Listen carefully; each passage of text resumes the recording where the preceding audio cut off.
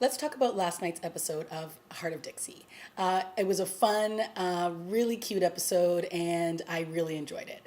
All right, so we basically, it's a Halloween episode, and because Lemon has been kicked out of the Bells, or I should say she quit the Bells. She's basically been blacklisted. And we have a Halloween soiree that's going on in town, and she wants to go and is not invited. And so she calls upon her grandmother to help her out. And this is the first time we get a glimpse of Lemon's grandmother. And wow, she is crazy. I mean, she's just so snooty and so snobby and like everything that is just bad, bad, bad. That is her grandmother.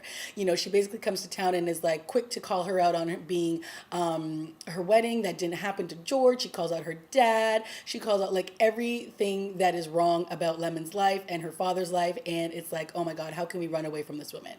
So as what she does is she basically brings a date for Lemon to attend this party. And when Lemon finally meets him, he is a dud. And she just has nothing in common with him. He's annoying. He's all those things that you just want to get away from. And we quickly find out that she's not interested. So earlier on in the episode, Lemon bumped into this gentleman and was rude to him and basically like ignored him and stormed off. So he shows up at this party. And it turns out that his car broke down, he's from out of town, and he's stuck in Bluebell for the night.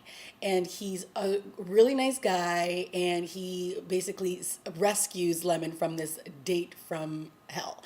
And they hit it off, and it's great. And his name is Peter, and he's actually really charming. He was once on the show Lipstick Jungle, and I really actually enjoy him as an actor. So him and Lemon hit it off. They've got really good chemistry, and she ends up having a one-night stand with him.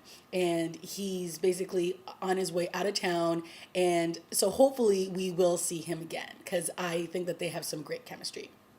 Meanwhile, the other storyline that was going on between Zoe and Annabelle, Annabelle came in to have a checkup with her, and she found some like a cyst on her ovaries, and so Annabelle started to freak out, and Zoe was basically like, "Look, Annabelle, it could be nothing. Let's go a to a doctor and we'll get some tests done and we'll make sure everything's okay." In as this was going on, Levon had planned this surprise party, like not party, but a surprise night for her, and he told her, "Oh my God, you're never gonna forget this night. It's going to be like the most memorable night." So she's thinking, "Oh my God, Levon's going to propose to me, and I can't let this happen if it turns out that I won't be able to have kids." And she's freaking out, and she's like, "Zoe, you have to keep my secret. You can't tell anybody." So, Levon is like confused as to why she's acting so weird, but she doesn't want to say anything. And Zoe and her boyfriend Joel have gone to this have gone to this Halloween party, and Joel is upset with Zoe because Joel and Wade from last episode have really become friends, and Zoe is trying to have none of that. She doesn't want Joel bonding with Wade because he's her ex-boyfriend. And Joel doesn't understand. He's like, "You want me to meet friends here, and I've met Wade, and we have something in common, and I like him, and why is that a problem?" And she's like, "I don't want you to be friends with Wade. I want you to be friends with Levon because Levon is my best friend." And Joel and Levon did not hit it off very well the first time they met because Joel had written a book and Levon had basically written all these reviews saying how horrible it was. So they just didn't get off on the right foot.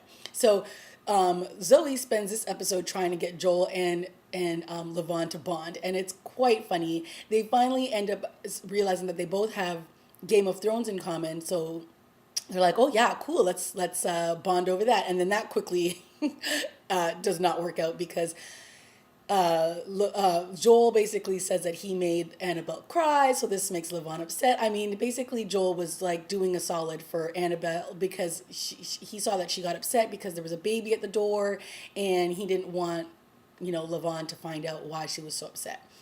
And so we basically spend the episode with, all these different relationships trying to mesh and bond together. And it was a cute episode. The one character that I'm feeling is kind of getting left by the wayside is George. So in last week's episode, he spent most of his time with Lindley, who's a new character, so she doesn't really have any connections to anybody on the canvas, like in the storyline. And this episode, he spent it mostly with Wade, and he was like trying to say, like, protect Wade from himself, because Wade was sleeping with a girl who had a boyfriend, then he ends up sleeping with a woman who has a husband, and the husband is a judge. And I mean, so it was kind of like George was babysitting Wade in this episode. So I kind of felt like George has been kind of floundering about in these first few episodes because he doesn't really have a major storyline that's going on right now. So I'm hoping that we'll get him back on track sooner than later. But all in all, the episode was fun. At the end, Levant and Joel did find out that they had one thing in common, a movie called The Night of the Living Dead.